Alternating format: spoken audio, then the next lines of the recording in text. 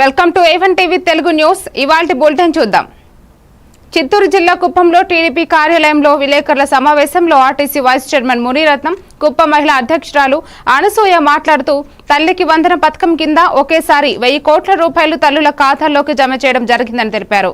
విద్యను ప్రాధాన్యమిస్తూ ప్రతి విద్యార్థి తల్లి ఖాతాలో సంవత్సరానికి 13,000 రూపాయలు నేరుగా జమ చేస్తామని చెప్పారు.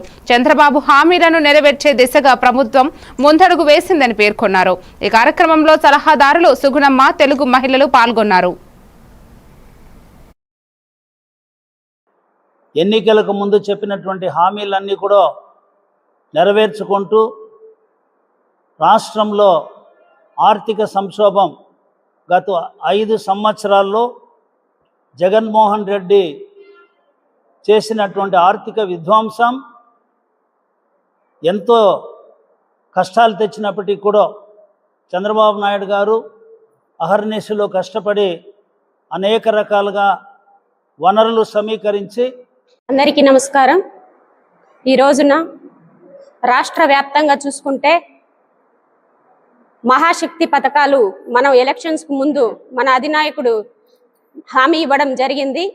ఆ హామీలలో అన్నీ కూడా ఈరోజు నెరవేర్చడమే కాకుండా తల్లికి వందనం అన్నది చాలా చాలా పెద్ద ఖర్చుతో కూడుకున్నటువంటి విషయమైనా కూడాను రాష్ట్రం అప్పుల్లో కూరుకుపోయినా ఒక సంవత్సరం లోపల మొత్తం సెటరేట్ చేసుకుంటూ తల్లికి వందనం అనేటటువంటి కార్యక్రమాన్ని ఆ రోజు హామీ ఇచ్చాడు. కాబట్టి ఈ రోజున 10,000 కోట్ల రూపాయల సొమ్ముతో మన ఆడబిడ్డల అకౌంట్లోకి అంటే తల్లి ఖాతాలోకి ప్రతి ఒక్కరికి కూడా